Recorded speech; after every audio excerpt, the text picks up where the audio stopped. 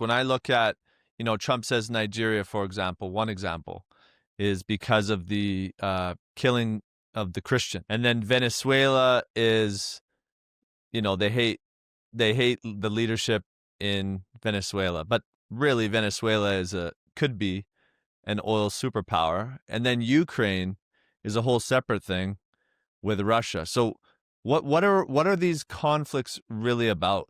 To me, I get the sense that it's America flexing its muscle, and I'm not saying that certain things aren't worthy causes, but I get the sense that it's America's agenda to flex its muscle and stay on top. But what's your take on it? What's your take on all these bubbling conflicts?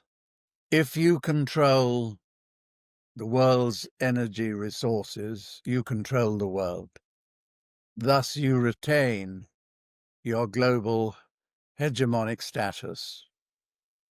So the real reason for trying to get regime change in Venezuela is the fact that Venezuela owns the world's largest oil reserves. The real reason for threatening to invade Nigeria is Nigeria has large oil reserves.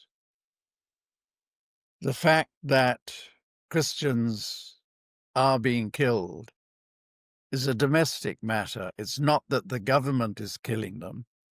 It's a tribal and religious internal war. It's not only Christians, it's Muslims also. Then if we go to Iran, Israel has its own objectives because Iran stands in the way of Greater Israel. Given the Israeli-American deep alliance, America, if Israel does strike Iran, America will go alongside. But America has a separate reason, and that is they want control of Iran's oil reserves. From conversations that I've had in this part of the world, when I ask the question, who are you going to support, BRICS or America? Because they're playing both sides at the moment. The answer was very simple. If Iran is struck, whoever wins that war. If you assume that Israel/America wins it, then the Gulf goes into the American camp. Hmm. So you then have the last remaining one, which of course is Russia. And this has gone on for 40, 50 years, that America's objective has always been to dismember Russia, break it up into small parts and control the natural resources. And of course, Russia knows that. They know that Ukraine was just one stepping stone into Russia, which is why Russia is preparing for a long, long war between Russia and NATO.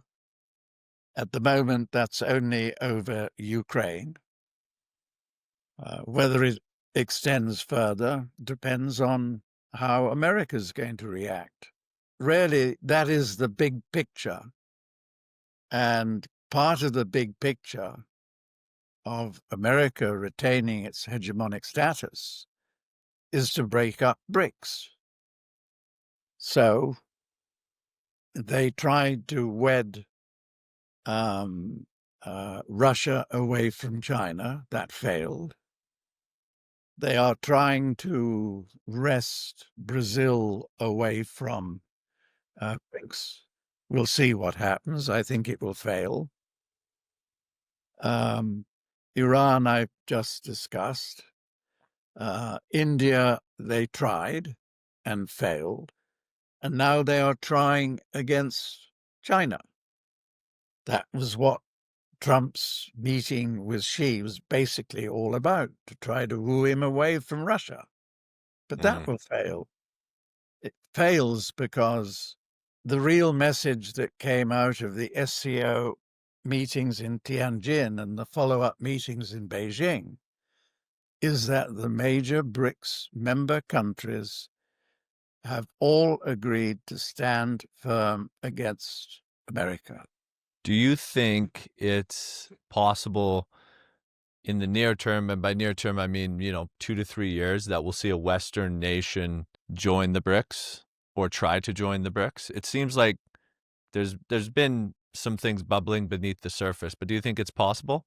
I think it's only possible if we have a major crisis. It seems the West has been great at one thing in recent years, and that's going into further debt. What, if anything, does the West, led by America, still do better than, say, China, for example, who's leading the BRICS? Like, I feel like we're heading toward a financial crisis. Just gut feel and debt levels and, the pain on Main Street. And they seem to be able to keep the house together longer and much better than any expert has predicted. A lot of people have been calling for a financial crisis now for years. But what do you see any clear and present dangers in that regard for Western nations, mainly America? The future is going to resemble the past. We can continue to kick the can down the road. But your debt levels reach a level where you can no longer kick the can down the road. You're having to borrow money to pay the interest rates on existing debt. In a world of rising deficits and currency dilution, many Americans are adding precious metals to their retirement accounts. And when it comes to physical gold and silver in an IRA, one thing matters above everything else: transparency. Unfortunately, the precious metals space is still full of hidden markups, confusing spreads, and fee structures most people never notice until it's too late. That's why so many U.S. investors are turning to our sponsor of the pod, iTrustCapital. iTrustCapital offers fair, straightforward pricing over spot with zero storage fees. In a market where many dealers quietly gouge retail investors, that kind of transparency matters. iTrust also brings precious metals into the modern era. Using blockchain technology, iTrust lets you trade gold and silver 24/7, not just during banking hours. When the market moves, you can act. And if you prefer physical metal, iTrustCapital supports in-kind distributions, meaning you can receive real gold or silver from your IRA in whatever form you want: bars, coins, you name it. And for those who want exposure to crypto, iTrust lets you hold Bitcoin and Ethereum inside the same IRA as your metals. So if you're a US investor looking for a modern, transparent way to own gold, silver, or crypto inside a tax-advantaged IRA, use our link in the video description to get our partnership offer: a $100 funding bonus when you open and fund your account with iTrustCapital. What these long wave and shorter wave cycles all converge onto the period 2026 to 2030.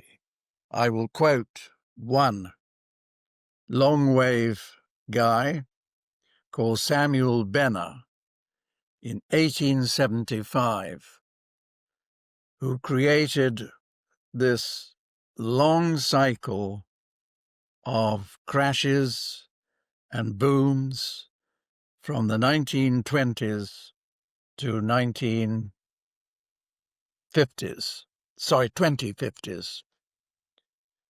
And he's forecasted all of the bubbles and crashes that have existed since then.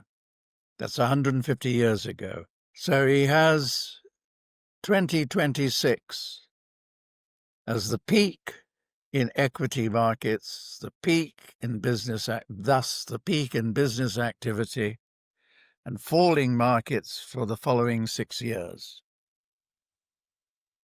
Then you have several other private long-wave experts who also come up with similar but not the same outcomes, all converging in this 2026, 2028, 2030 period.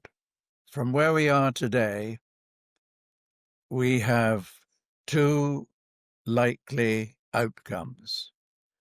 Outcome one is that the global economy continues to slow into around mid next year, it is met by central banks and governments throwing everything into the system, trying to kick the can down the road one last time. What does this create? It creates recovery, yes, but it also creates higher inflation than real GDP growth, thus Mm-hmm. stagflation. So what does that imply? It implies that inflation rises sharply, not helped by a probable early next year strike on Iran. So oil prices go soaring, Hmm. not helped by the fact that for various reasons, food prices are going to be rising sharply. And then you have the liquidity being thrown into the system. So by the time we get into second half of 2027, early 2028, we've got US inflation and global inflation between 8 and 12% a year. Hmm. What does that mean for 10-year plus bond prices?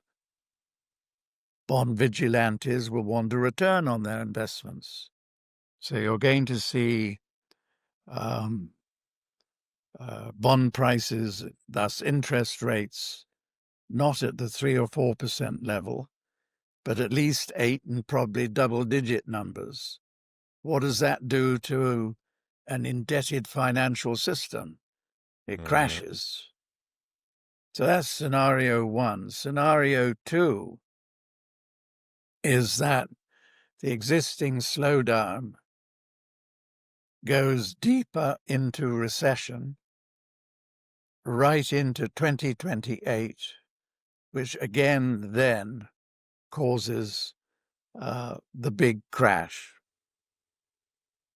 The good news for investors is that under both scenarios, inflation is rising and investors will be looking, how do we hedge a falling dollar and rising inflation? We Mm. buy physical assets. So what are those physical assets? The easy ones to invest in are equities. So you'll have, after a big correction around middle of next year, second quarter of next year, we then have the final boom in equity prices. Scenario one sure sounds like you want to be in commodities, but scenario two sure sounds like the show's over. Under scenario two, physical demand for copper by industry will be very weak. Mm-hmm. But large institutions will be looking for hedges against inflation and a falling dollar. We have the DXY falling from around where we are today, around 100, to close to 50 by the end of 2028. Investors will want to hedge that. They'll want to hedge it with physical things, not just equities. And as we've seen in past inflationary years, they move into base metals.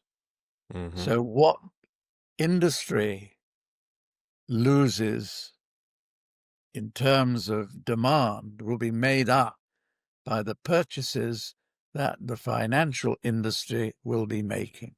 So on our call, what we see is between now and the middle of next year, copper prices moving from, I think we are around about $10,600 to about $7,000. And then by end of 2027, early 2028, that price doubles to about 14,000. Wow. And then that's the end of the story. When you say end of the story, what do you mean? It tanks after that? Everything tanks.